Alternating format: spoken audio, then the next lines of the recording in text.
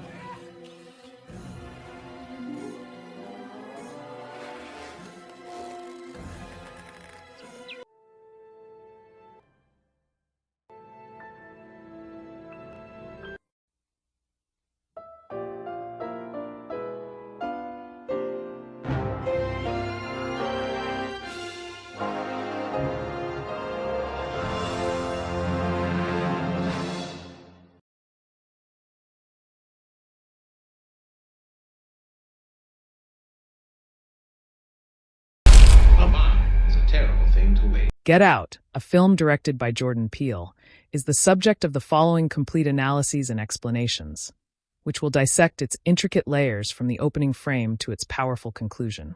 The film begins not with its protagonist, but with a black man, Andre Hayworth, lost in a white suburban maze, immediately establishing the film's central thesis about the vulnerability of black bodies in spaces not designed for them. The predatory car that stalks him serves as a mechanized extension of the white gaze, transforming a quiet street into a hunting ground. The inciting incident of the deer collision on the way to the Armitage estate functions as a sophisticated narrative device that layers multiple meanings simultaneously. The dead deer represents Chris's unresolved trauma regarding his mother's hit-and-run death, a wound that Missy will later exploit with surgical precision. Simultaneously, the deer symbolizes how black bodies are treated as roadkill by a white society that feels entitled to discard them, a metaphor made explicit when Dean later brags about loving deer, but hating that they take over everything. Rose's performative defense of Chris against the police officer, who demands his identification, establishes a pattern of false allyship that the film will systematically dismantle. Her righteous indignation masks a proprietary interest, as she is not defending Chris's humanity, but rather protecting her family's investment, ensuring nothing jeopardizes the delivery of his body to the estate. This scene teaches the audience to question even seemingly progressive white behavior. The Armitage estate itself functions as a plantation reborn for the 21st century, its secluded location and manicured perfection hiding the same violent extraction economy that defined the antebellum South. The house's pristine modern design conceals a basement operating room where the literal commodification of black bodies reaches its horrifying culmination. Every aesthetic choice, from the mid-century furniture to the abstract art, communicates wealth accumulated through exploitation. Dean Armitage's compulsive references to Obama represent what scholars now term Obama exceptionalism, the deployment of the first black president as a shield against accusations of racism.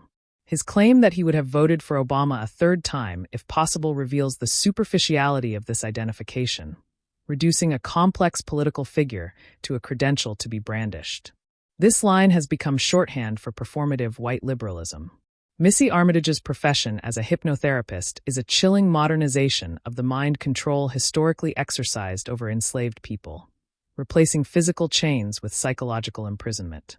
Her silver spoon and teacup become instruments of violence as effective as any whip, and the domestic ritual of tea-drinking transforms into a violation of consciousness. The clinking sound becomes the film's most terrifying audio cue, a dinner table sound weaponized. The sunken place represents Jordan Peele's most significant contribution to the vocabulary of cinematic horror and racial discourse, creating a visceral metaphor for marginalization that transcends the film itself. The experience of falling through a dark void, fully conscious but utterly powerless, articulates the specific terror of being silenced while fully aware of one's own erasure. Scholars have connected this to Du Boisian double consciousness, the sensation of always seeing oneself through the eyes of others. The character of Georgina operates as one of the film's most heartbreaking elements, her exaggerated politeness revealing the elderly white matriarch trapped inside a black woman's body. Her tearful apologies while fixing her wig, disconnected from her own emotions, show the horror of consciousness displacement.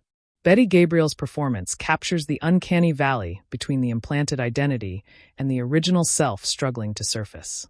Walter's stiff, groundskeeper body language and his compulsive references to Rose with inappropriate familiarity become devastatingly contextualized when we learn he houses Roman Armitage, Rose's grandfather.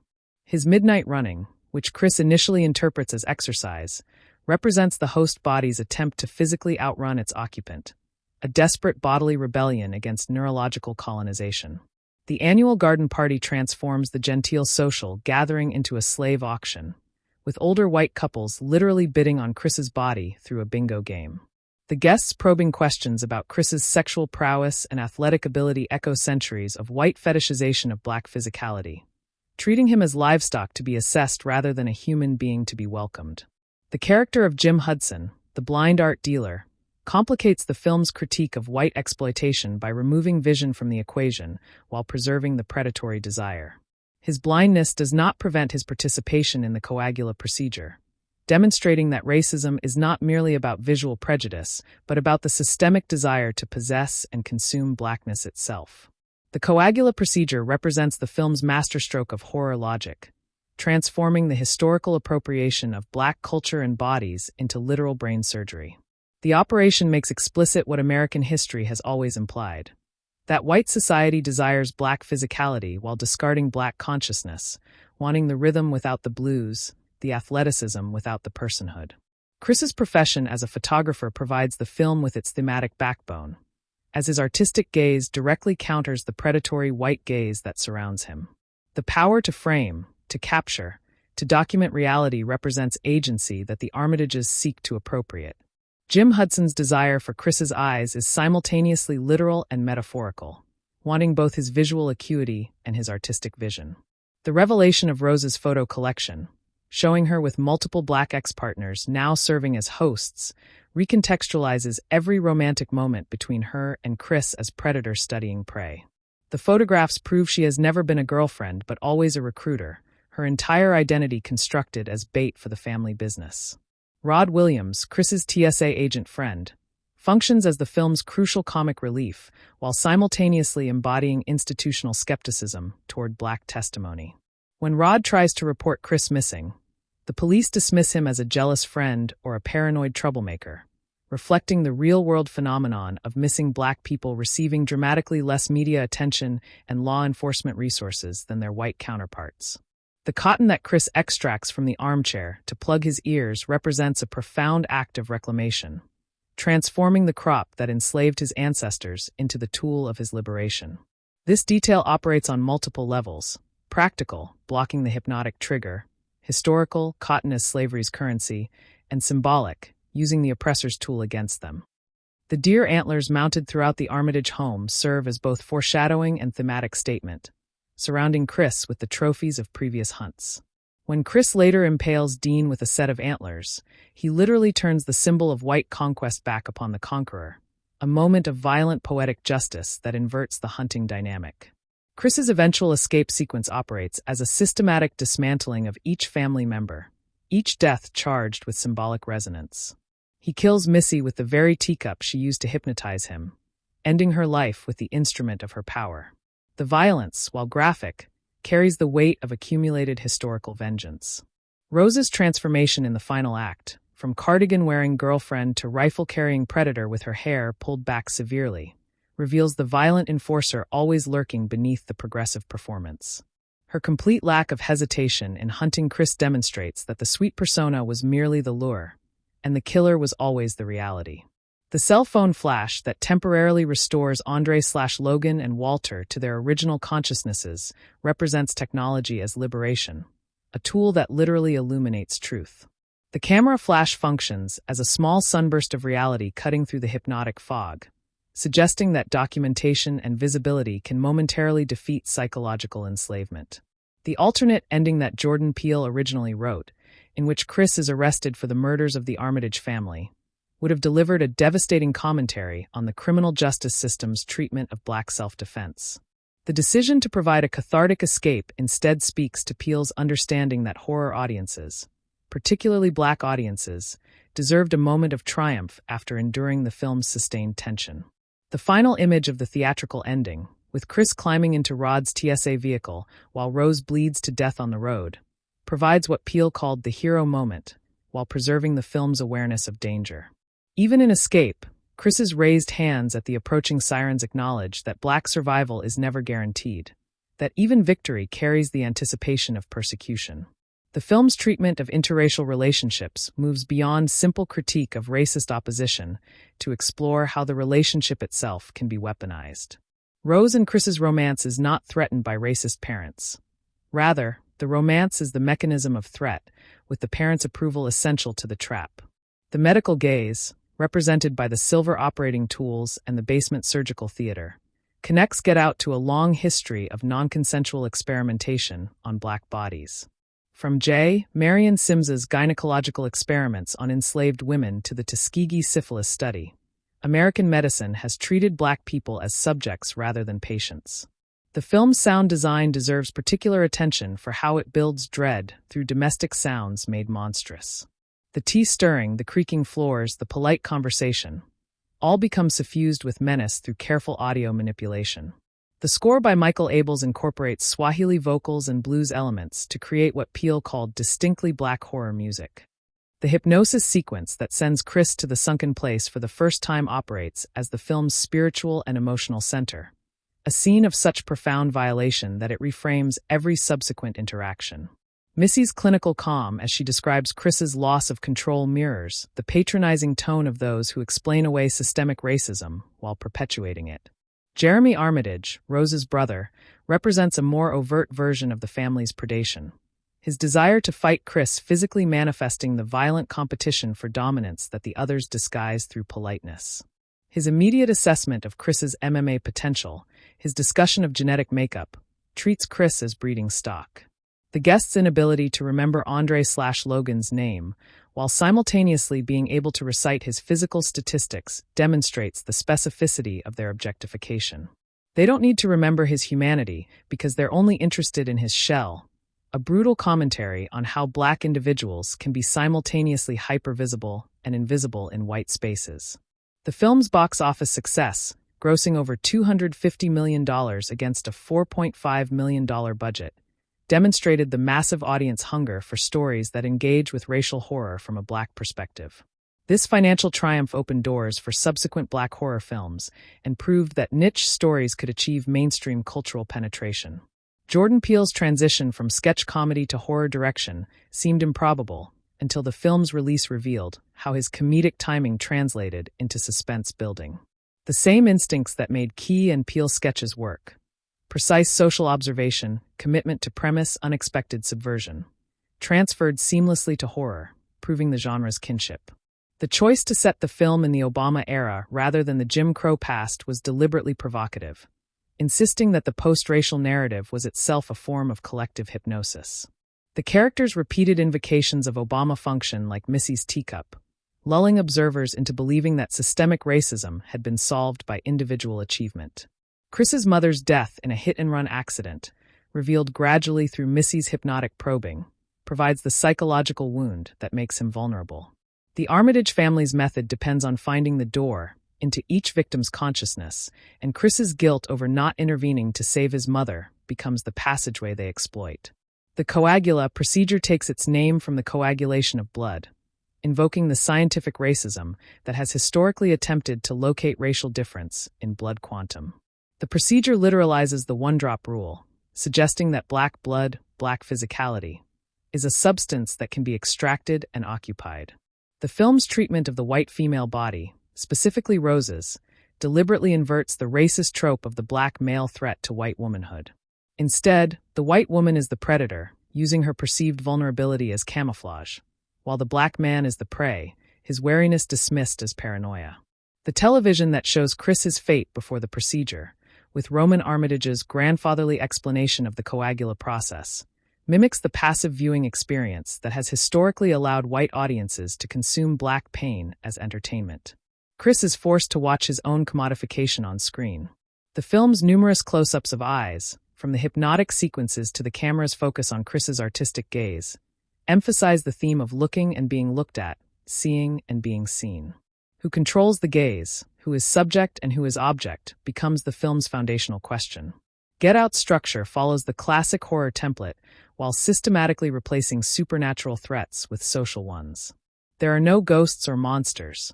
The horror emerges entirely from human behavior and systemic arrangements. This grounding in reality makes the film more terrifying, not less.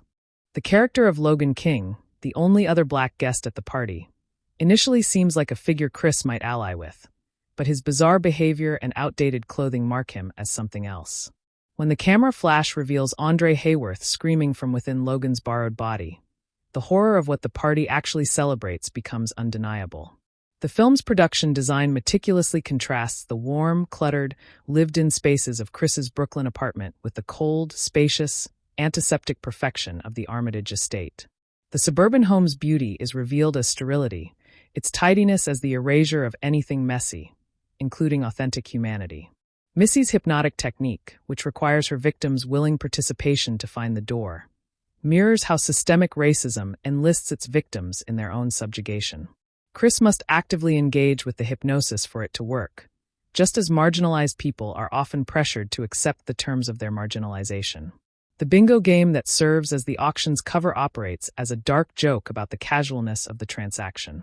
Bingo is associated with church basements and community centers, wholesome activities that mask the buying and selling of human beings, suggesting that atrocity often wears the face of normalcy. Rose's manipulation of Chris extends to their intimate relationship, weaponizing trust and vulnerability. Her early dismissal of his concerns about meeting her parents, her gaslighting about the family's strangeness, all represent the psychological groundwork for the final betrayal. The film's use of humor, particularly through Rod's phone calls, provides necessary pressure release while never undermining the horror. Rod's TSA training, initially a joke, becomes the practical skill set that helps solve the mystery, as he recognizes Andre Hayworth's face when even the police have ignored the missing person case. Get Out's critical reception, including a 98% Rotten Tomatoes score and 4 Academy Award nominations, marked a historic moment for horror cinema, a genre traditionally dismissed by awards bodies. Jordan Peele's Best Original Screenplay win made him the first black writer to receive that honor. The film's relationship to its cinematic predecessors is carefully curated, drawing from The Stepford Wives for its suburban menace, Rosemary's Baby for its domestic conspiracy, and Night of the Living Dead for its political horror framework. Peele synthesizes these influences into something entirely new. The color palette of the film shifts noticeably between Chris's world and the Armitage estate. Brooklyn scenes use warm, rich tones, while the suburban sequences grow increasingly desaturated, the color literally draining from the frame as Chris approaches the sunken place. Dean's profession as a neurosurgeon provides the medical expertise necessary for the coagula procedure, but it also situates him within a history of doctors who have used their skills to harm rather than heal black patients. His casual references to the genetics reveal the eugenicist thinking underlying his professional polish. The Armitage family's systematic targeting of Black individuals relies on the social isolation that Rose engineers, separating victims from their communities and support networks. Chris's separation from Rod and his familiar world makes him vulnerable in ways he initially does not perceive. Walter's brief moment of restored consciousness, when he turns the rifle on Rose and then himself, represents a heroic suicide, a final act of agency after years of neurological enslavement. His choice to end both his captor and his own imprisoned existence is tragic but triumphant. The film's opening scene with Andre Hayworth walking through the white neighborhood at night deliberately evokes the countless Black men whose last moments involve being perceived as threatening simply by existing in the wrong place. The white car that stalks him represents the mobile, omnipresent nature of this threat. Rose's cereal eating scene, where she eats Fruit Loops separately from the milk in a bizarrely methodical manner, demonstrates the childlike behavior of the consciousness trapped inside Georgina's borrowed body.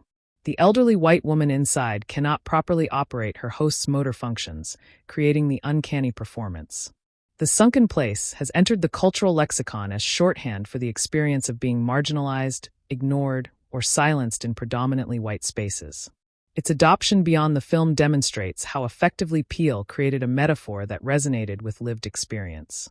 Chris's use of the cotton from the chair to block his ears requires a moment of audience realization. The material he is using carries the weight of American history. This visual operates subconsciously and consciously, rewarding both initial viewing and subsequent analysis. The guests' parting gifts as they leave the party, which are later revealed to be auction paddles, demonstrate how thoroughly normalized the commodification has become. These wealthy white participants treat the purchase of a human body with the casualness of acquiring art or real estate. Missy's offer to help Chris quit smoking through hypnosis appears generous, but is predatory, targeting his stated desire for self-improvement. Her method exploits the therapeutic relationship, transforming healing into harm, care into control. The Armitage family's ultimate goal, immortality through body transfer, connects their project to the longer history of white anxiety about mortality and succession. Their inability to accept death, to make way for new generations, manifests as the literal consumption of Black youth. The blind art dealer's particular desire for Chris's eyes, for his photographic vision, speaks to the historical pattern of white artists and collectors profiting from Black creativity while erasing Black creators. He wants the vision without the person who developed it. The film's careful establishment of Chris as a talented, observant photographer makes him an active protagonist rather than a passive victim. His artistic eye notices details others miss, and this observational skill becomes his survival tool. The teacup that Chris uses to kill Missy, the same cup she used to hypnotize him, represents a circular justice that the film carefully constructs. Every weapon used against the Armitages originates from their own world, their tools turned against them. Rose's complete emotional transformation when her deception is revealed provides one of the film's most chilling moments. Allison Williams's performance shifts from warm girlfriend to cold predator without a single transitional beat, revealing that the warmth was never real. The police car's arrival at the film's conclusion provides a final moment of tension, even in triumph. Chris's raised hands, anticipating arrest despite being the survivor, acknowledge that a Black man surrounded by dead white bodies is automatically suspect regardless of circumstance. Jordan Peele's decision to change the ending during production, replacing Chris's arrest with Rod's rescue, reflected his understanding that the theatrical audience needed catharsis. The original ending would have been intellectually consistent, but emotionally devastating for viewers who had endured the film's tension. The film's careful establishment of Chris as a talented, observant photographer makes him an active protagonist rather than a passive victim. His artistic eye notices details others miss, and this observational skill becomes his survival tool. The teacup that Chris uses to kill Missy, the same cup she used to hypnotize him, represents a circular justice that the film carefully constructs. Every weapon used against the Armitages originates from their own world, their tools turned against them. Rose's complete emotional transformation when her deception is revealed provides one of the film's most chilling moments. Allison Williams's performance shifts from warm girlfriend to cold predator without a single transitional beat, revealing that the warmth was never real. The police car's arrival at the film's conclusion provides a final moment of tension, even in triumph. Chris's raised hands, anticipating arrest despite being the survivor, Acknowledge that a black man surrounded by dead white bodies is automatically suspect regardless of circumstance. Jordan Peele's decision to change the ending during production, replacing Chris's arrest with Rod's rescue, reflected his understanding that the theatrical audience needed catharsis. The original ending would have been intellectually consistent, but emotionally devastating for viewers who had endured the film's tension. The coagula procedure's marketing within the film, with Roman's grandfatherly video presentation, demonstrates how atrocity is sold through gentle, reasonable language. The video's production values and calm narration normalize the unthinkable. Chris's physicality as the film's final act unfolds, his transformation from frozen victim to active combatant, provides a visceral satisfaction that the film earns through its careful, escalating tension. His violent response is not celebrated as revenge, but justified as survival. The Armitage family's generational involvement, grandfather, parents, children, suggests that racial exploitation is inherited, passed down through families like wealth or property. Jeremy and Rose have been raised into this system, their seeming normalcy the product of careful cultivation. The film's treatment of the missing black person phenomenon, where Andre Hayworth's disappearance generates no meaningful investigation, reflects statistical reality. The media's disproportionate focus on missing white women versus missing black individuals is a documented phenomenon the film weaponizes. Dean's tour of the house, including his proud display of the basement's privacy, operates as dramatic irony perfected. His openness about the physical space hides its true purpose, the transparency itself serving as camouflage. Get Out's legacy includes not only its commercial and critical success, but its establishment of Jordan Peele as a director whose name alone generates anticipation. The film proved that black horror could be both commercially viable and critically respected. The coagula procedure's scientific framing, with its Latin name and surgical precision, connects to the longer history of scientific racism that has used medical authority to justify racial hierarchy. The procedure is presented not as magic, but as medicine, which makes it more horrifying. The film's climactic violence operates on a different register than typical horror gore. Each death carries symbolic weight, the physical destruction of the Armitage family representing the necessary dismantling of their entire enterprise. Rose's final moments, bleeding on the road while Chris escapes, invert the expected horror ending where the final girl survives. Instead, the black male protagonist escapes while the white female predator dies, a subversion that would have been unthinkable in earlier decades of the genre.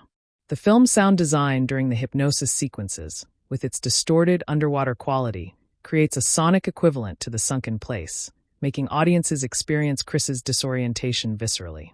The audio becomes a character in its own right. The party guests' conversation about black physicality and genetics, their clinical assessment of Chris's body, demonstrates how racism persists in polite society through curiosity rather than hostility.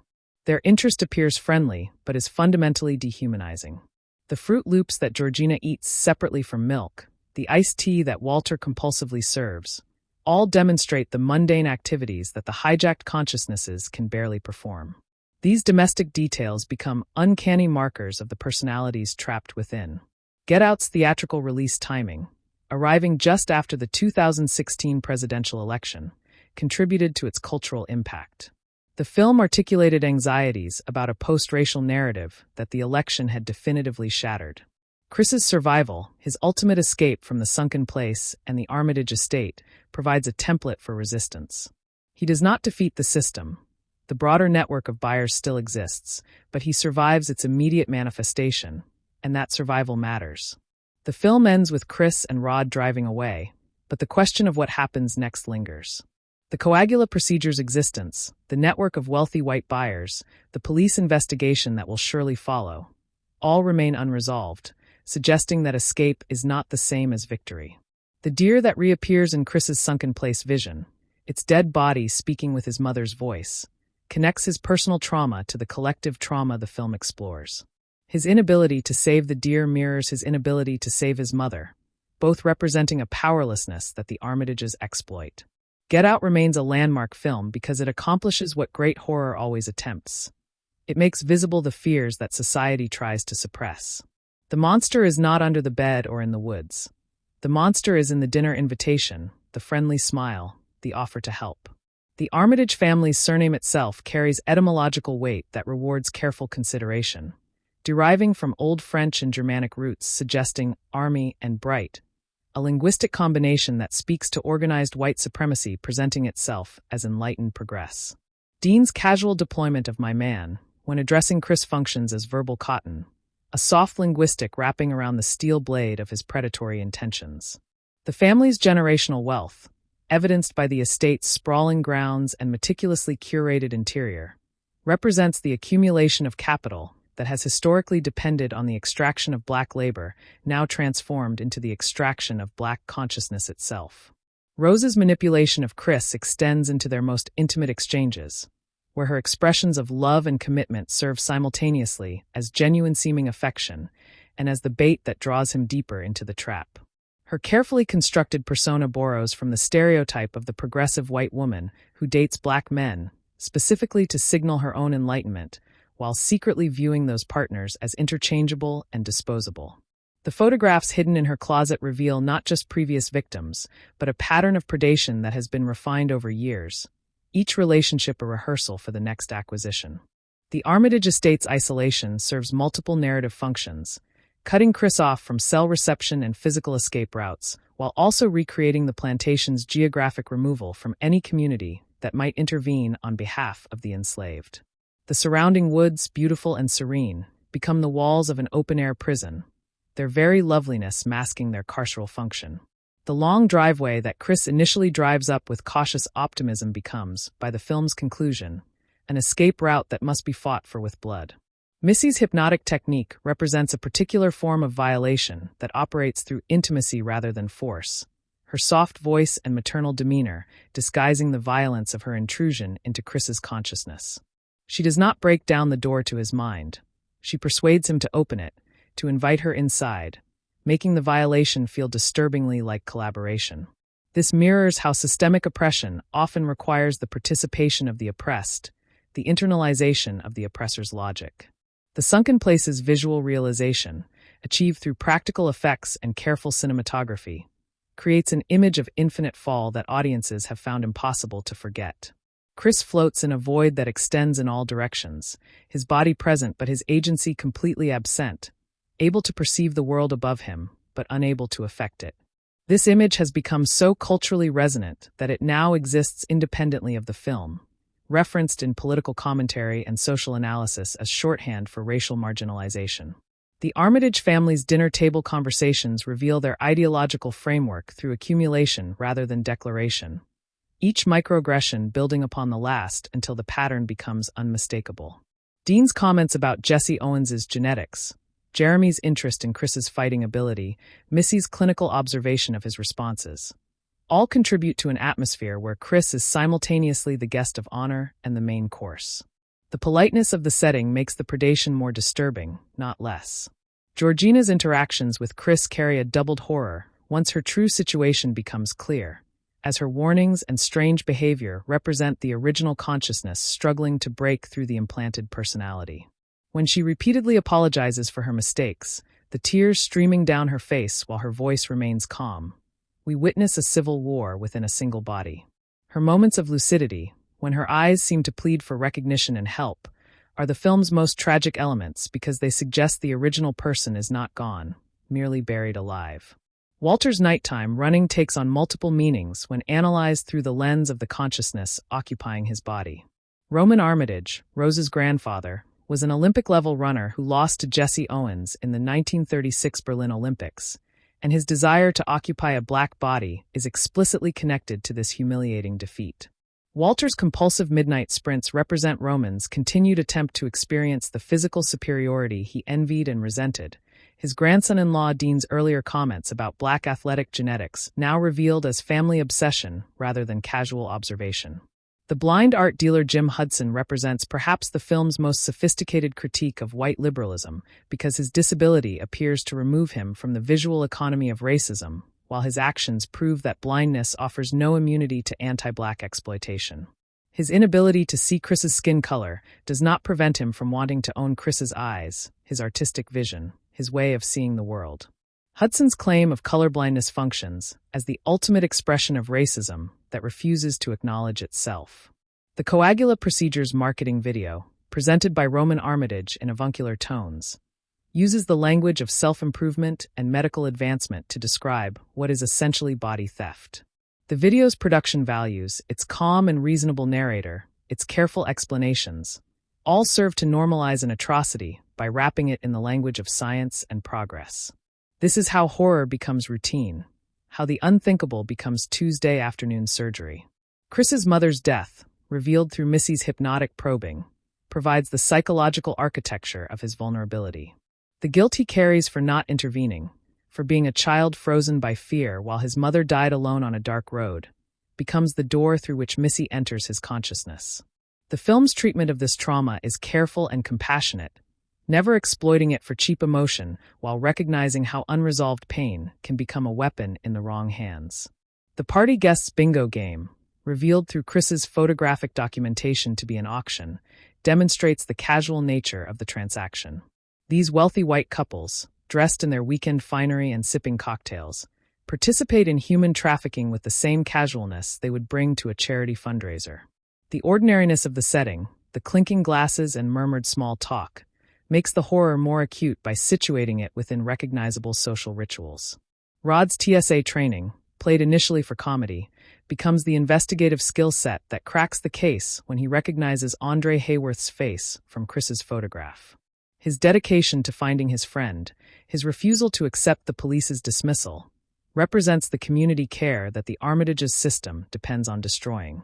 Rod is the antidote to isolation, the friend who will not stop looking even when official channels have closed. The cotton that Chris pulls from the leather chair to block his ears represents a historical reclamation that operates on multiple registers simultaneously. Cotton, the crop that built the antebellum Southern economy on the backs of enslaved labor, becomes the material that saves his life. His fingers, the hands of a photographer and an artist, pull apart the substance that his ancestors were forced to pick and transform it into the tool of his liberation.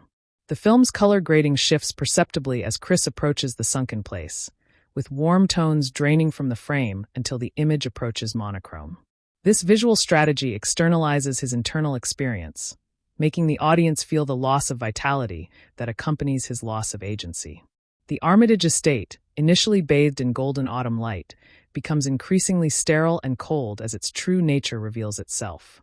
Missy's silver spoon and teacup, her instruments of psychological violence, connect the domestic sphere to the history of slavery in ways both subtle and direct. Silver tea services were status symbols in plantation homes, signs of refinement that depended on the brutal extraction economy that made such luxury possible. The spoon's gentle clink against porcelain becomes the sound of centuries of oppression condensed into a single domestic ritual. Jeremy Armitage's fixation on Chris's physical capabilities, his immediate attempt to provoke a fight, his discussion of MMA and genetic advantages, represents the athletic manifestation of the family's broader obsession with black physicality.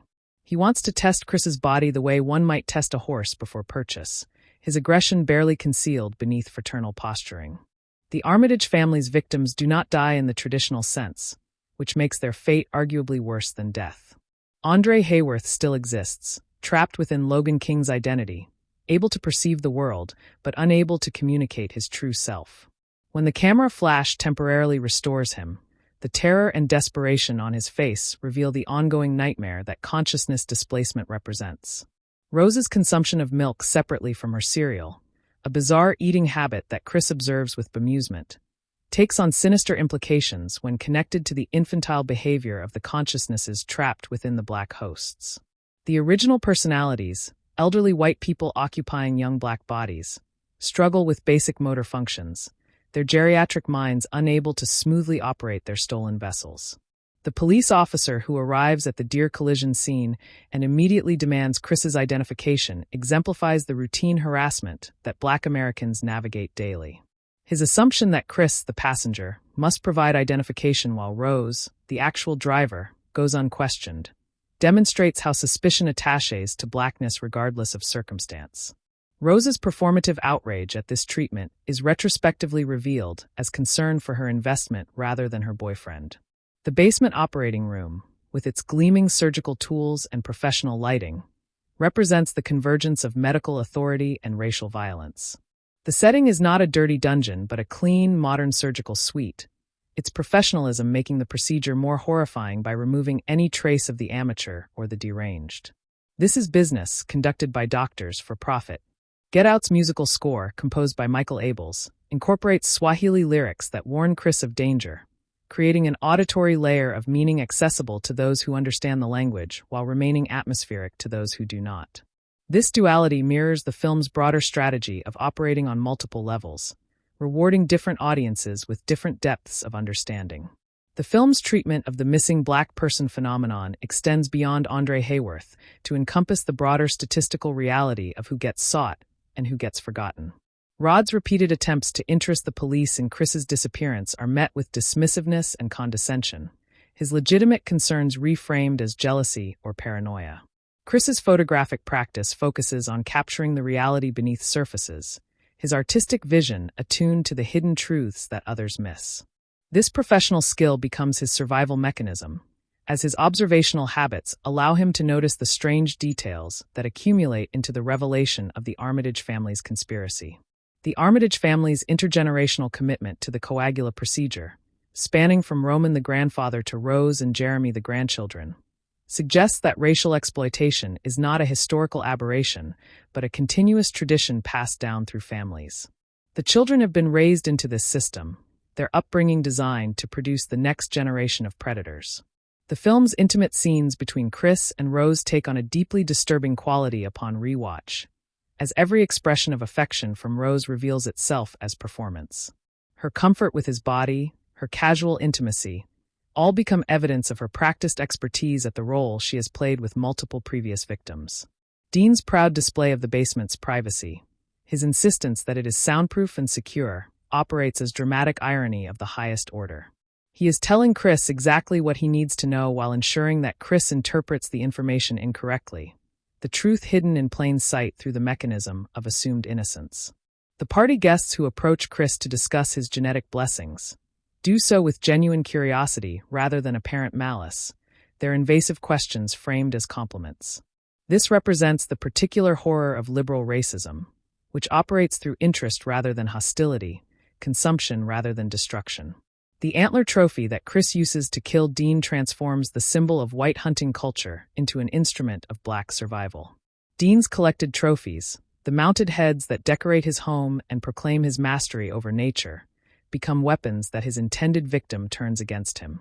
The buck that Chris could not save at the film's beginning is avenged through the antlers at the film's end. The sunken place sequence owes a visual debt to the history of experimental film and video art while creating something entirely new, an image of psychological imprisonment that resonates across cultural boundaries. The floating figure, the endless dark, the distant rectangle of light representing the world from which Chris has been exiled, all combine into an iconography of marginalization. Georgina's wig, which she adjusts compulsively, represents the performance of identity that the coagula procedure demands. The elderly white woman occupying her body cannot make her borrowed form look natural, cannot fully inhabit the blackness she has stolen. The wig is always slightly askew, the performance always slightly off. The film's budget constraints, far from limiting its effectiveness, forced creative solutions that enhanced its impact. The horror of the sunken place required no expensive effects, only a simple visual concept executed with precision. The real horror happened in conversations, in looks, in the accumulating weight of microaggressions. Chris's eventual violent rebellion carries the accumulated force of the film's entire runtime, each killing earned through the suffering we have witnessed. His use of the antlers, the teacup, the bingo table, all objects from the Armitage world, represents a justice that turns the oppressor's culture against the oppressor. The final shot of Rose bleeding on the road while Chris drives away inverts the historical imagery of black death at white hands, offering instead an image of black survival and white consequence. Yet the film does not linger on her suffering, its focus remaining on Chris's escape, his exhaustion, his survival. Rod's TSA vehicle, with its absurdly prominent agency logo, provides the film's final comedic beat while serving a serious narrative function. The friend who was dismissed as paranoid, whose job was treated as a joke, uses his professional skills to save Chris's life. The joke turns out to be the hero. The coagula procedure's scientific framing raises uncomfortable questions about contemporary medical practices and their relationship to racial inequality. From disparate health outcomes to the persistence of race-based medical myths, the film's horror premise finds echoes in actual healthcare experiences of Black Americans. Get Out's place in the horror canon was secured immediately upon release, but its significance has only grown as its metaphors have proven applicable to subsequent political and social developments. The sunken place has become a diagnostic term, the film a reference point for discussions of racism that cannot be reduced to individual prejudice. The Armitage family's ultimate goal of immortality through Black bodies represents the final form of extraction, the theft not just of labor or culture, but of existence itself. They do not want to kill Black people. They want to become Black people, to possess Blackness while eliminating Black consciousness entirely. This is the logical endpoint of a culture that has always consumed Blackness while discarding Black humanity. Rose Armitage's name itself functions as a carefully constructed piece of nomenclature, combining the floral innocence of the rose with the aristocratic pretension of the Armitage lineage, a perfect linguistic camouflage for a predator who weaponizes perceived sweetness. Her habit of calling Chris babe persists even after her mask drops, the endearment transforming from affection to possession. A verbal leash she expects will still command obedience through sheer familiarity. The banality of her evil is what makes it so profoundly disturbing, as she shops for organic groceries and discusses art while simultaneously delivering Black bodies to their neurological deaths. The Armitage family's real estate holdings, which include the secluded estate where the horror unfolds and presumably other properties, suggest an empire built across generations through the accumulation of wealth that the coagula procedure preserves. Their ability to maintain appearances, to host parties and participate in community events, depends on the seamless integration of atrocity into daily life. No neighbor suspects, no colleague questions, because the family has perfected the performance of respectable whiteness. Chris's apartment in Brooklyn, glimpsed only briefly at the film's opening, represents a Black creative space that the Armitage world seeks to extinguish by absorbing its creator. His photographs on the walls, his dog, his comfortable disorder, all contrast sharply with the antiseptic perfection of the estate, suggesting that the coagula procedure is not merely about taking bodies, but about erasing the cultural production that those bodies generate. The film's sound design during the initial hypnosis sequence employs a technique known as binaural recording, creating spatial audio that places the audience inside Chris's disoriented consciousness. The teacup's clink seems to come from everywhere and nowhere, the spoons scrape against porcelain echoing through the theater like a dentist's drill, making viewers flinch with the same involuntary response that Missy exploits. Missy's professional credentials as a licensed hypnotherapist provide cover for her predation, the medical legitimacy shielding her from the scrutiny that would attach to unlicensed practice. Her office, decorated with diplomas and certificates, presents the image of healing while functioning as a chamber of psychological violation. The therapeutic setting makes the abuse of trust more complete. The coagula procedure's neurological mechanism, which transplants a small portion of the donor's brain containing consciousness, raises philosophical questions about identity that the film explores through horror rather than lecture. What remains of the original person when their consciousness is suppressed but not destroyed? Andre Hayworth still exists beneath Logan King, screaming silently, a ghost haunting his own body. The Armitage family's victims are selected for specific attributes that the buyers desire, creating a marketplace where Black physicality is assessed and valued according to white specifications. Chris's eyes attract the blind art dealer, Walter's Olympic potential body attracts Roman, Georgina's domestic utility attracts the grandmother. Each Black person is reduced to their most useful parts. The party sequence functions as a horror set piece built entirely from social discomfort, with no jump scares or musical stings, only the accumulating weight of inappropriate comments and intrusive gazes. Peele's direction during these scenes emphasizes Chris's isolation through framing that places him alone in crowds, surrounded by white faces that examine him with varying degrees of curiosity and hunger. Jim Hudson's claim that he does not care about Chris's skin color, that he only wants his eyes, represents a form of racism that believes itself innocent because it seeks to consume rather than destroy. His desire is aesthetic rather than violent, but the outcome for Chris is identical: the loss of self, the occupation of body, the erasure of consciousness. The motivation does not matter to the victim. The bingo game that masks the auction uses the language of numbers and letters to discuss human beings, reducing Chris to a set of characteristics to be bid upon. The The casualness of this system, the way participants mark their cards and sip their drinks while negotiating the purchase of a human being, speaks to the ordinariness of atrocity when it becomes institutionalized. Georgina's apologies, which pour from her mouth without apparent connection to her emotions, represent the most visible symptom of the consciousness war occurring within her hijacked body.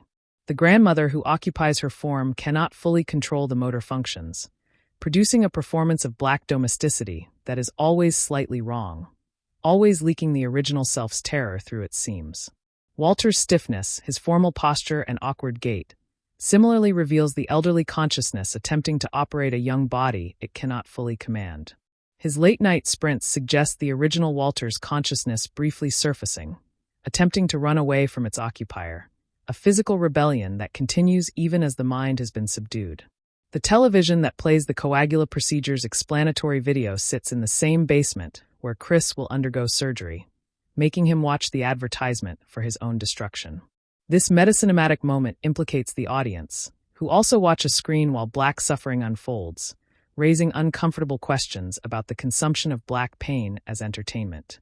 Roman Armitage's video presentation, with its calm grandfatherly demeanor and scientific language, recalls the educational films of mid-century America that presented racial hierarchy as natural fact. His explanation of the procedure's benefits, its ability to extend life and enhance physical capability, never mentions the cost to the donor because the donor's humanity does not register in his calculation. The Armitage family's preference for targeting young, physically capable black individuals reflects a particular form of envy that has characterized white supremacy throughout American history. They do not merely want to eliminate black people. They want to possess what they imagine blackness confers: athletic ability, artistic vision, sexual prowess, physical presence. Chris's escape requires him to temporarily become the monster the Armitages have forced him to be, using violence to secure his freedom. The film does not celebrate this violence but presents it as necessary, earned, and proportionate to the threat. His hands become weapons because the system has left him no other options. The antlers that kill Dean represent the first moment where Chris actively turns the symbol of his oppression against his oppressor. The mounted head, which Dean displayed as a trophy of his mastery over nature, becomes the tool that ends his life, suggesting that the trophies of white supremacy can be repurposed by those they were meant to intimidate. Missy's death by teacup completes the circle of justice that her hypnosis began, the instrument of her power becoming the instrument of her destruction. The domestic object, associated with hospitality and comfort, reveals its latent violence when wielded by someone who has experienced the full horror of its intended use. Jeremy's death at the bingo table, amid the tokens and cards of the auction that purchased Chris, connects his violence to the larger system of commodification that he served. He dies surrounded by the paraphernalia of human trafficking, his blood soaking into the cards that represented bids on black bodies. Rose's transformation into the final antagonist, the last monster Chris must face, represents the film's ultimate statement about the danger of white femininity when it weaponizes its perceived vulnerability. Her hunting outfit, her rifle, her efficient pursuit, all reveal the predator that the cardigans and warm smiles concealed. Walter's brief restoration to his original consciousness, triggered by Chris's camera flash, provides the film's most emotionally devastating moment as he chooses death over continued enslavement. His decision to shoot Rose, and then himself, is not suicide but liberation, a final assertion of agency after years of occupation. The camera flash that restores consciousness functions as a technology of truth, its brief illumination cutting through the hypnotic fog like lightning through darkness. Chris's profession as a photographer makes this tool his natural weapon, his artistic vision literalized as the power to reveal reality. Rod's investigation of Andre Hayworth's disappearance, conducted from his TSA workstation, demonstrates how marginalized communities develop their own investigative networks when official channels fail. His recognition of Andre's face, his connection of the photograph to missing person reports, represents community knowledge that the police could have accessed if they had chosen to care. The police department's dismissal of Rod's concerns reflects a systemic failure that extends beyond individual officers to institutional culture. They do not actively prevent the investigation. They simply refuse to conduct it, their inaction as deadly as any commission. The film's original ending, which had Chris arrested and imprisoned for the Armitages' deaths, would have transformed the narrative from survival story to tragedy, emphasizing the impossibility of black justice within a white supremacist system. Peele's decision to change this ending reflects his understanding that audiences needed to see a black man survive, to experience the catharsis of escape.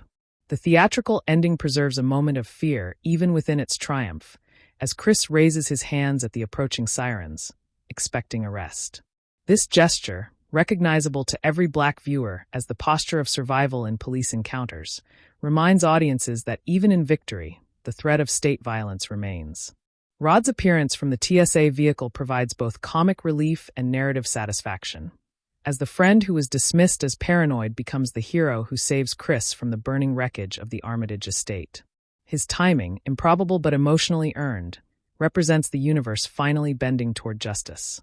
The friendship between Chris and Rod, established through their phone conversations, provides the emotional anchor that makes the horror bearable.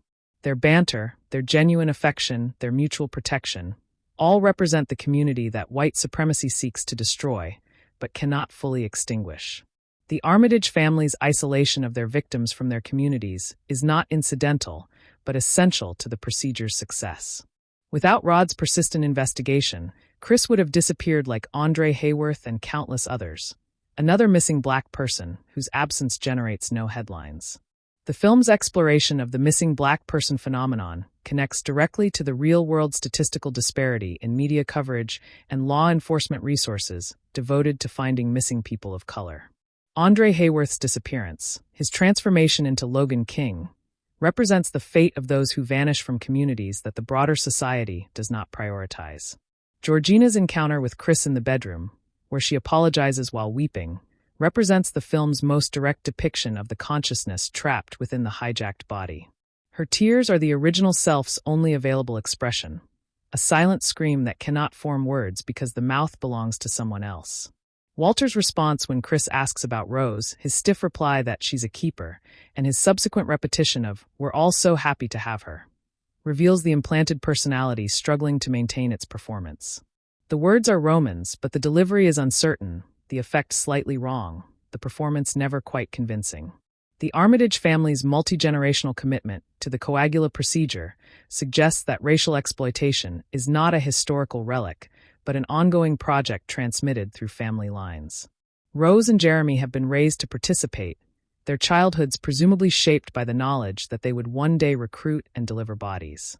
Dean's profession as a neurosurgeon, which gives him the skills to perform the coagula procedure, connects the family's enterprise to the broader history of medical racism.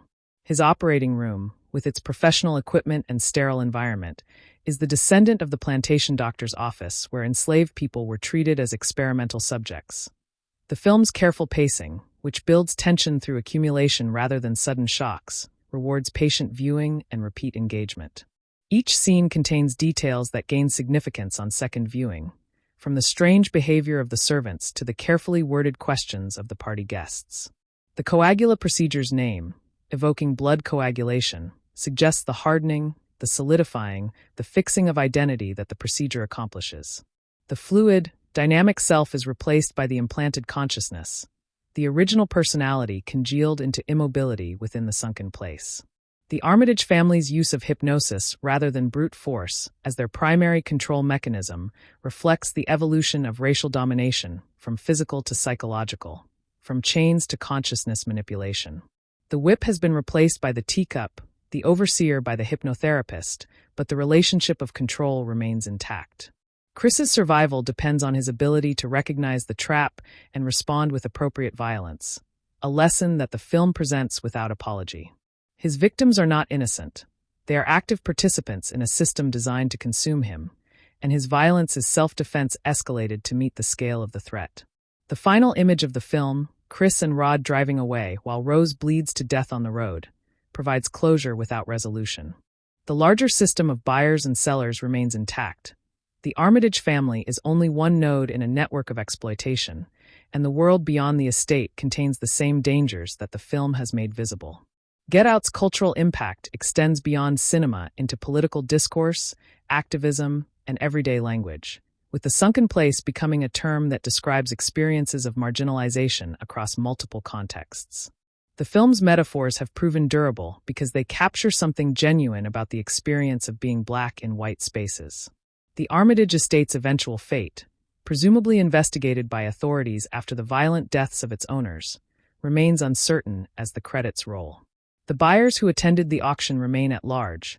The network of Coagula customers presumably continues its operations, and the horror is contained but not defeated.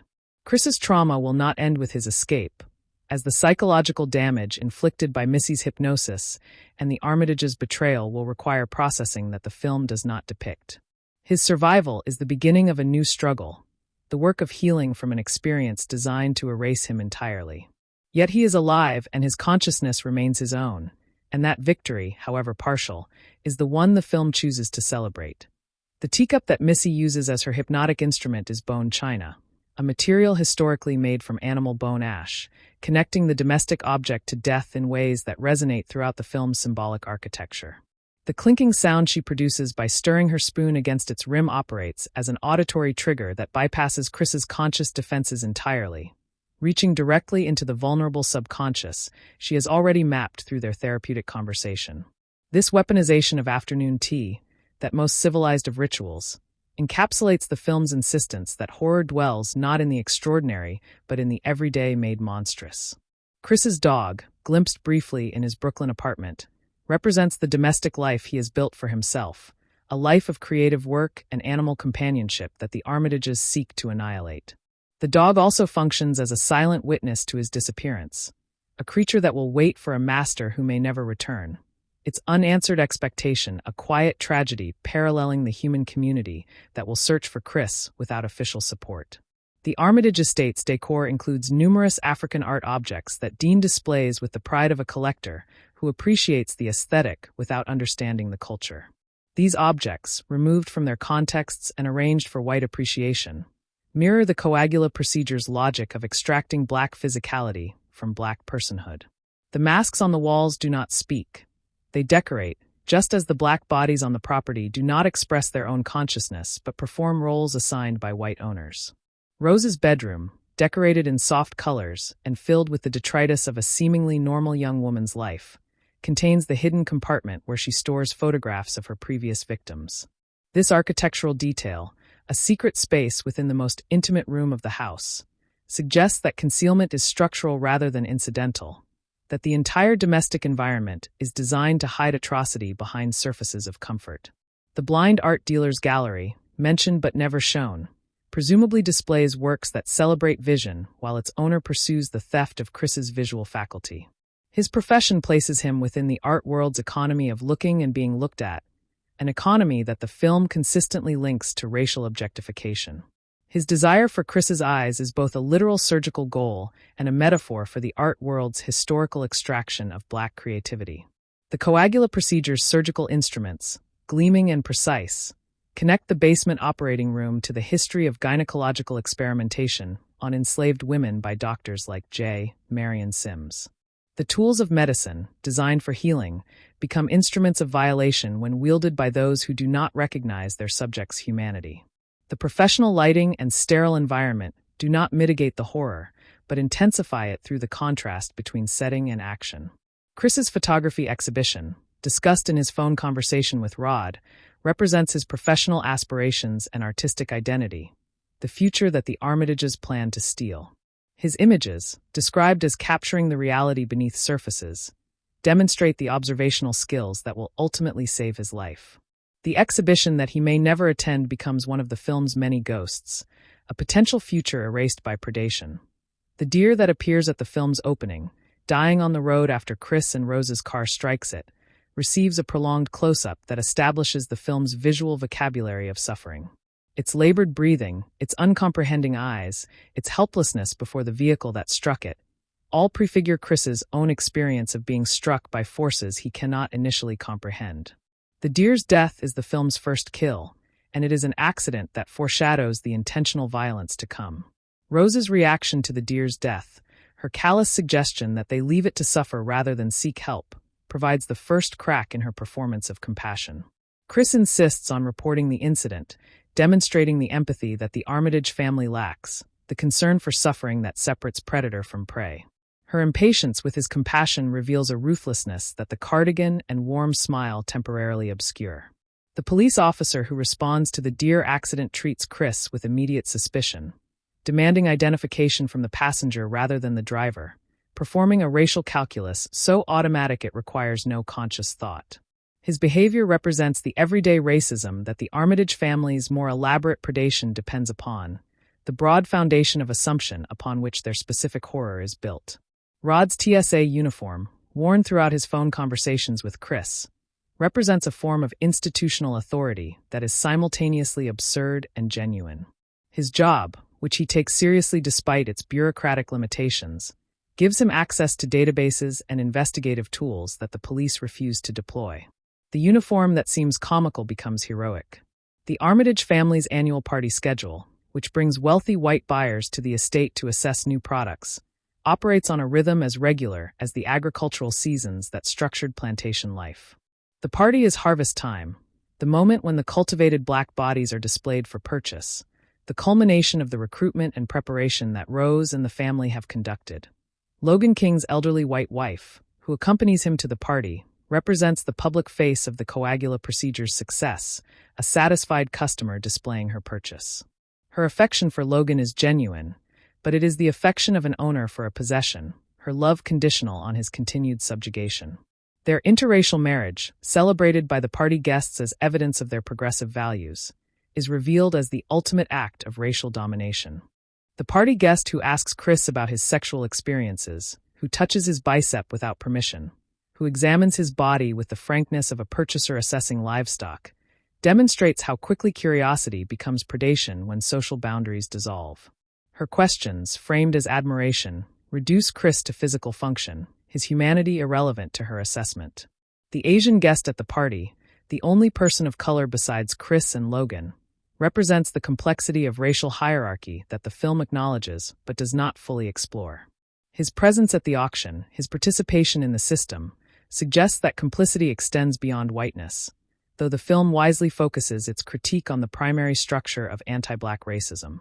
Jeremy's discussion of mixed martial arts and his attempt to provoke Chris into a fight represent the athletic dimension of the Armitage family's obsession with black physicality. He wants to test Chris's body the way one might test a horse's speed or a dog's bite strength, his interest purely functional, his aggression barely disguised as fraternal bonding. The basement where Chris is held before the procedure contains the remnants of previous victims, their personal effects suggesting lives interrupted and identities erased. These objects, never fully catalogued by the camera, imply a history of predation that extends far beyond the characters we meet, a conveyor belt of black bodies passing through the estate over years or decades. Missy's therapeutic intake process, which gathers the psychological information she needs to find each victim's door, operates under the guise of helping while actually mapping vulnerabilities for exploitation. Her questions about Chris's mother, his childhood, his fears, all serve the dual purpose of building rapport and identifying the wound she will later enter. The sunken place's visual similarity to the experience of drowning connects Chris's psychological imprisonment to the Middle Passage, the ocean crossing that killed millions of enslaved Africans. The dark void, the inability to breathe or move, the sensation of falling without end, all evoke the maritime grave that history has often forgotten. Chris's mother's death by hit and run, which occurred when he was a child watching television, left him with a guilt that Missy identifies and weaponizes. His inability to act, his frozen watching while his mother died, becomes the template for his experience in the sunken place, where he again watches helplessly while atrocity unfolds. The television that Chris watched as a child while his mother died, and the television that plays the coagula video while he awaits surgery, bookend his life with screens that mediate violence. The film suggests a relationship between media consumption and passivity, between watching and complicity, that implicates its own audience in the act of viewing. The coagula video's narrator speaks with the calm authority of educational programming, his tone suggesting that the procedure is natural, inevitable, even benevolent. This voice, which could belong to a nature documentary or a medical school lecture, performs the ideological work of normalizing atrocity by presenting it as information. Georgina's task of serving iced tea to the party guests places her in the role of domestic servant that the grandmother occupying her body presumably finds natural. The iced tea, that most Southern of beverages, carries the weight of plantation history, the refreshment served by black hands to white throats. Walter's groundskeeper role similarly reproduces the labor arrangements of the antebellum estate, his body performing physical work while his consciousness remains imprisoned. The gardening, the maintenance, the physical labor, all represent the continued extraction of black physicality for white benefit. Rose's hunting skills, revealed in the final act when she pursues Chris with a rifle, suggest a competence with violence that her previous performance concealed. She has done this before, tracked prey through these woods, and her expertise is chilling precisely because it has been so effectively hidden. The rifle that Rose carries in the final sequence is a weapon of sport and leisure for wealthy white families, transformed into an instrument of murder. When turned against the black body, it was designed to intimidate. Her comfort with the firearm, her practiced stance, her steady aim, all speak to a familiarity with violence that her progressive persona denied. The woods surrounding the Armitage estate, through which Chris flees and Rose pursues, echo the forests that sheltered escaping enslaved people during the antebellum period. The geography of flight and pursuit remains constant across centuries, the trees witnessing the same desperation, the same hope, the same violence. Chris's bare feet during his escape, his shoes removed for the procedure, connect him to the enslaved people who were denied footwear, whose bare feet knew the texture of flight. His soles bleed on the forest floor, marking his passage with the physical evidence of his suffering and his determination. The camera flash that restores Walter's consciousness requires proximity to function, forcing Chris to approach the man who might kill him in order to save him. This risk, taken without guarantee of success, represents the solidarity that the Armitage system cannot comprehend, the willingness to endanger oneself for another's liberation. Walter's final words, if he speaks any beyond his actions, are unnecessary because his choice communicates everything. He turns the rifle on Rose first, eliminating the immediate threat to Chris, and then on himself, ending his own imprisonment. His suicide is a gift to his liberator. Rose's death on the road, bleeding from a wound inflicted by the man her family enslaved, represents a justice that the film delivers without celebration. The camera does not linger on her suffering, but follows Chris as he leaves her behind, his attention already turned toward survival, toward the future she tried to steal. The final shot of the Armitage estate, burning or simply receding in the vehicle's rear window, marks the destruction of one node in a network that extends far beyond what the film can show. The horror is contained but not eradicated, the system wounded but not destroyed. Get Out's achievement lies partly in its density, its ability to reward the 10th viewing with details that the first 9 missed. Every conversation contains double meanings. Every object carries symbolic weight. Every glance communicates information that enriches the narrative upon repeated exposure. The film's humor, which persists even in its darkest moments, represents a survival strategy that Black culture has long employed. Rod's jokes, Chris's wry observations, even the absurdity of the Armitage family's behavior, all provide release without undermining the horror, demonstrating that comedy and terror are not opposites but complements. Jordan Peele's direction demonstrates a control of tone that few debut filmmakers achieve, moving from social comedy to psychological horror to action thriller without losing coherence or momentum. The film feels of a piece despite its tonal range because every element serves the central critique. The Academy Award for Best Original Screenplay recognized not just the film's dialogue but its architecture, the careful construction of a narrative that operates as mystery, horror, comedy, and social commentary simultaneously. Peele's screenplay rewards the analytical attention that this extensive examination has attempted to provide. The Armitage family's relationship to time itself becomes a crucial thematic element, as their pursuit of immortality through the coagula procedure represents a refusal to accept mortality that has driven the white Western imagination toward increasingly desperate interventions. Their clock-filled home, with its antique timepieces measuring hours that the elderly occupants wish to escape, becomes a museum of the temporal anxiety that fuels their predation. The grandfather clock in the hallway, which Chris passes during his nighttime wanderings, ticks away moments that the Armitages have spent generations learning to steal from others. Rose's childhood bedroom, preserved in a state of arrested development, contains clues to her grooming that Chris notices but cannot fully interpret during his first tour of the house. The equestrian ribbons and sorority photographs present the image of a normal upper-class white girlhood, But the absence of any evidence of genuine friendships or relationships beyond the family suggests the closed circuit of indoctrination. Her parents raised her to recruit, and her childhood prepared her for nothing else. The family photographs displayed throughout the Armitage home exclude any images of the Black domestic staff who have presumably served the family for decades, erasing their presence from the visual record even as their labor maintains the estate. This selective documentation mirrors the broader historical erasure of Black contributions to white prosperity.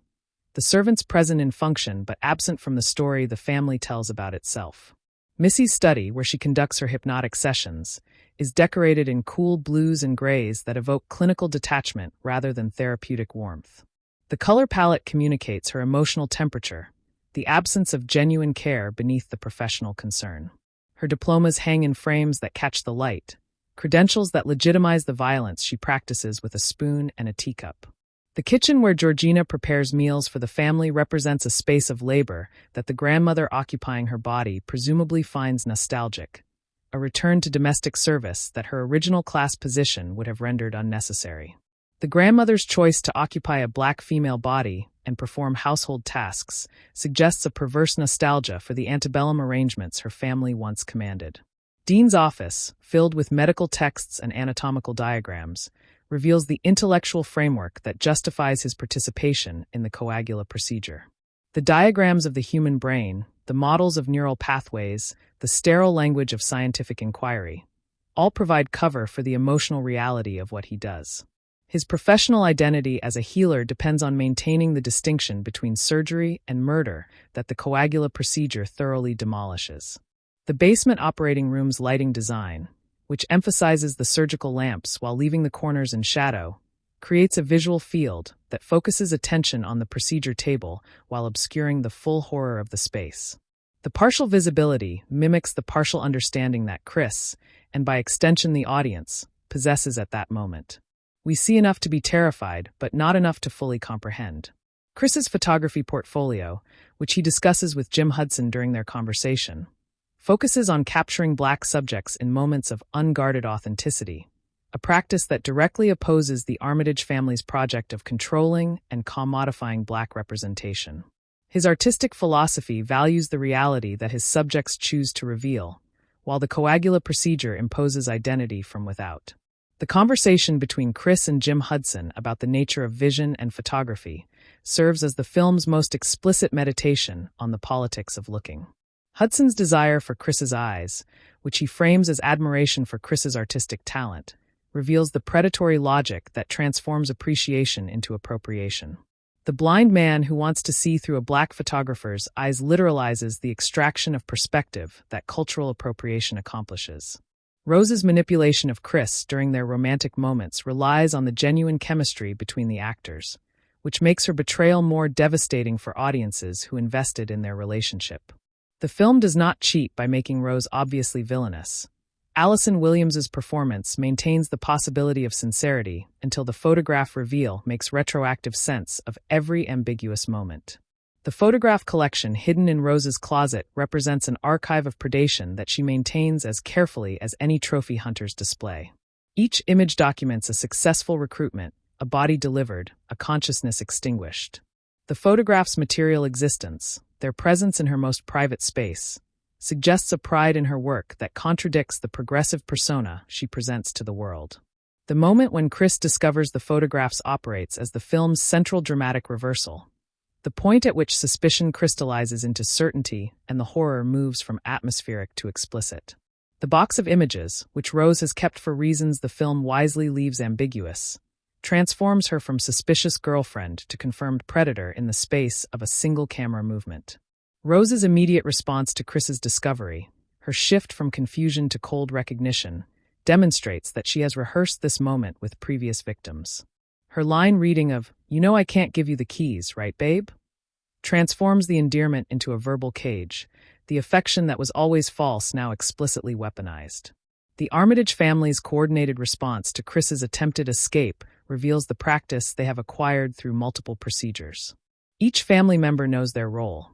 Missy deploys the hypnotic trigger, Dean provides the neurological expertise, Jeremy supplies physical force, and Rose handles the emotional manipulation.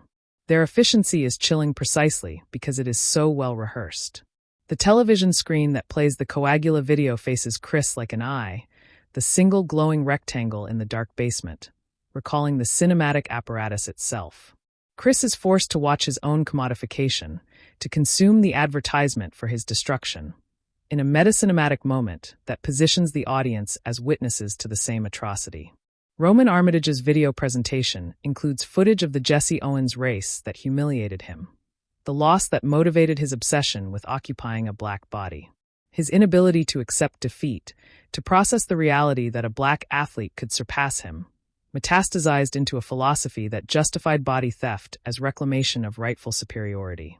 The Coagula procedure's survival rate, mentioned casually in the video as an acceptable percentage, indicates that the Armitages have killed multiple black people in the process of perfecting their technique. The bodies that did not survive the surgery lie in unmarked graves somewhere on the estate, their deaths considered acceptable losses in the pursuit of medical advancement. Chris's improvisation with the cotton from the chair demonstrates a resourcefulness that the Armitages' racist assumptions prevented them from anticipating. They never considered that the material of the restraints, the fabric of the furniture, could become tools of resistance. Their underestimation of Chris's intelligence and creativity proves fatal. The antler trophy that Chris uses to kill Dean represents the culmination of the hunting imagery that pervades the film, the prey turning upon the predator with his own symbol of mastery. Dean's collection of mounted heads, which he displayed with pride throughout the home, becomes an armory that his victim uses against him. Missy's death by the teacup that served as her instrument of control completes a circle of poetic justice that the film carefully constructs. The domestic object, associated with feminine hospitality and maternal care, reveals its latent violence when wielded with sufficient force and sufficient cause. Jeremy's death at the bingo table where Chris was auctioned connects his violence to the economic system he served. His blood mingles with the bidding cards, the tokens of human trafficking that made his family wealthy. The bingo cage, which randomized the assignment of victims to buyers, becomes a witness to his destruction. The final confrontation between Chris and Rose in the woods strips away all pretense, reducing their relationship to its essential terms: predator and prey, hunter and hunted. Her rifle and his bare hands represent the asymmetry of power that their romance always concealed. Walter's restored consciousness, achieved through Chris's camera flash, provides the film with its most emotionally complex moment. His choice to kill Rose and then himself is not portrayed as triumphant, but as tragic, a liberation that requires death. The original Walter, whoever he was before the procedure, asserts his existence through a final act of agency. The camera flash that restores consciousness operates as a technology of truth that Chris carries with him, his profession providing the tool of his survival. The brief illumination cuts through the hypnotic fog like lightning, suggesting that visibility and documentation can temporarily defeat the psychological mechanisms of oppression. The Armitage family's reliance on hypnosis, rather than physical restraint as their primary control mechanism, reflects the historical evolution of racial domination from explicit violence to psychological manipulation. The whip has been replaced by the teacup, the overseer by the hypnotherapist, but the relationship of extraction remains constant.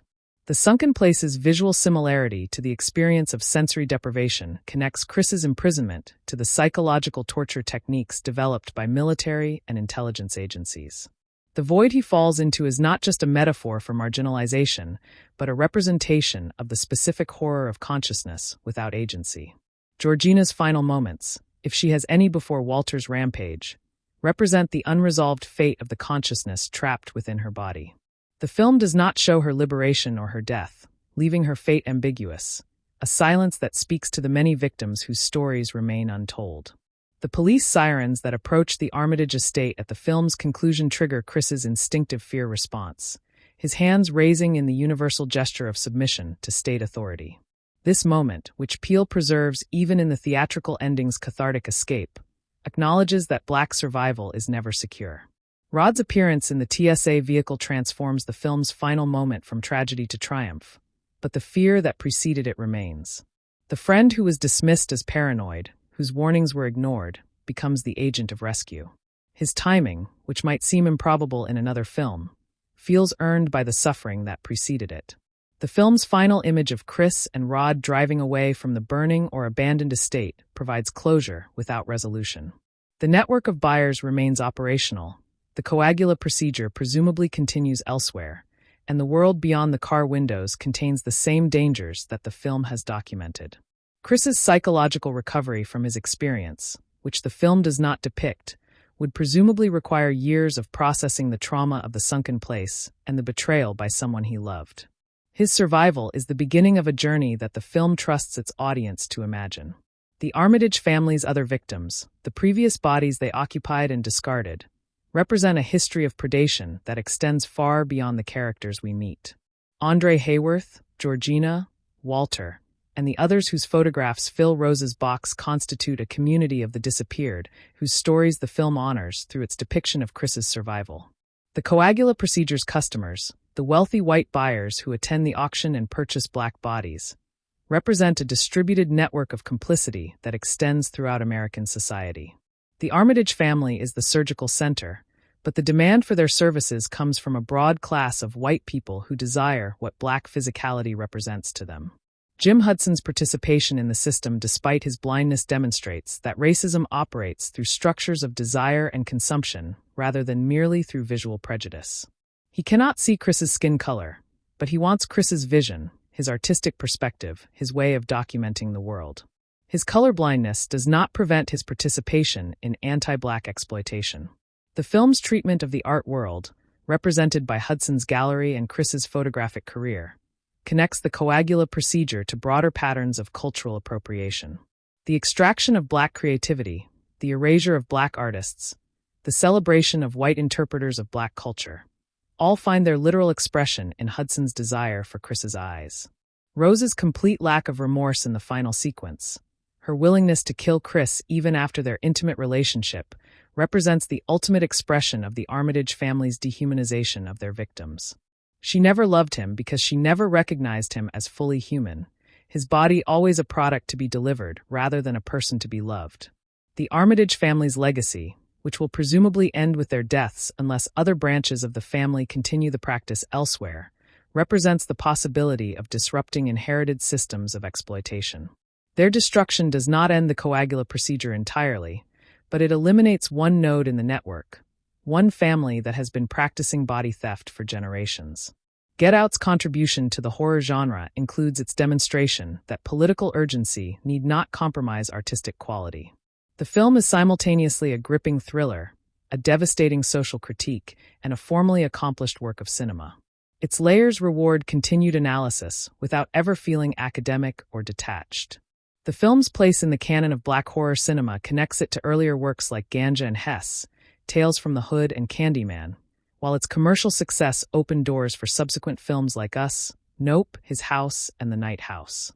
Peele's achievement is both artistic and industrial, creating space for stories that the industry had previously marginalized.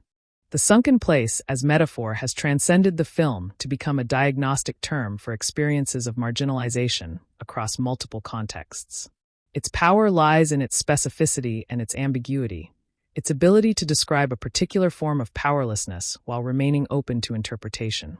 Chris's final status as a survivor rather than a victim represents the film's ultimate argument for the possibility of resistance.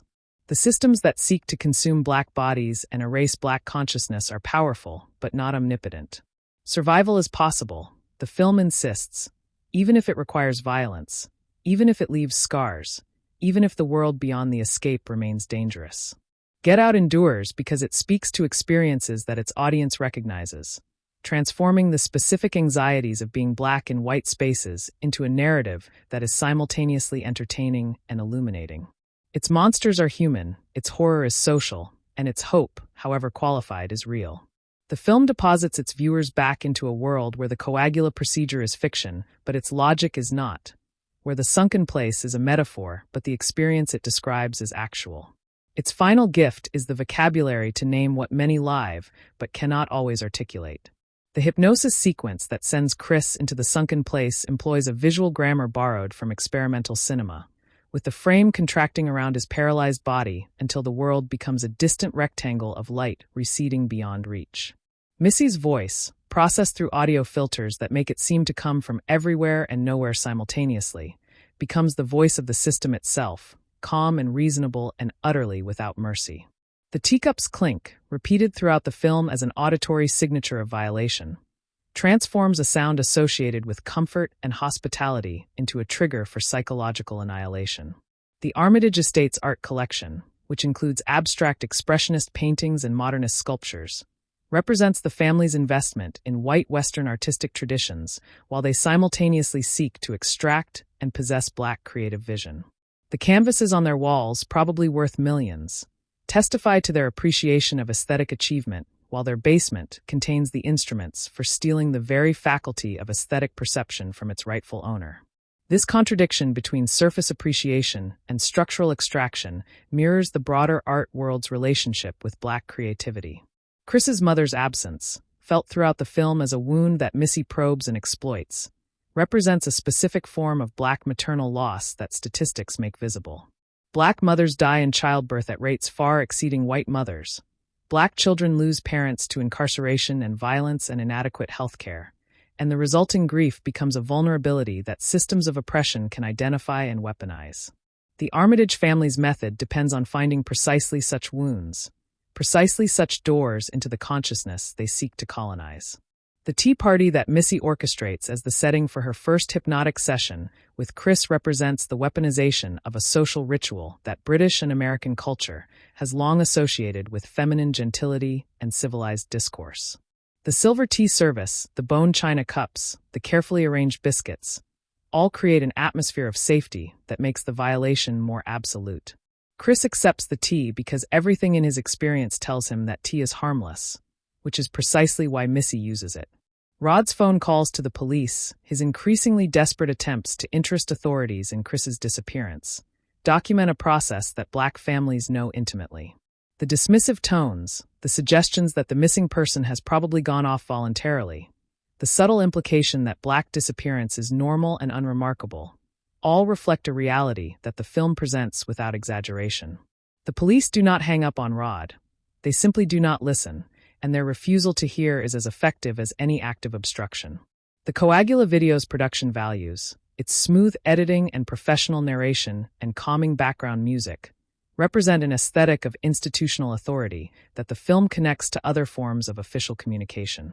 The video looks like something a hospital might show to patients before surgery, which is precisely the point. Atrocity, when presented with sufficient professional polish, can resemble medicine, can resemble progress, can resemble care. Georgina's reflection in the window during her conversation with Chris provides a visual representation of the doubled consciousness that the coagula procedure produces. Her face, half visible against the glass, suggests the two personalities occupying the same body, the surface performance and the submerged original. The window frames her as a portrait, but the portrait is of someone who no longer exists in her own right. Walter's hat, which he removes when addressing white people and replaces when alone with Chris, represents the residual performance of antebellum deference that the Roman consciousness finds comfortable. The hat becomes a signifier of the power relationship that the Armitage family's progressive self-presentation otherwise conceals, a physical manifestation of the hierarchy that their words deny. Rose's final pursuit of Chris through the woods strips away the last remnants of her constructed persona, revealing the hunter that the cardigans and warm smiles always concealed. Her efficient movement through the forest, her practiced handling of the rifle, her complete lack of hesitation or remorse, all demonstrate that this is not her first hunt. The woods have seen her before, and they have seen her prey fall. The film's final exchange between Chris and Rod, their drive away from the estate into an uncertain future, represents the restoration of a community that the Armitage system was designed to sever. Rod's presence, his persistence, his refusal to accept official dismissal, all embody the solidarity that makes survival possible. The TSA vehicle, that unlikely chariot of rescue, carries them both toward a world that remains dangerous, but now contains at least one documented victory, one Black man who got out.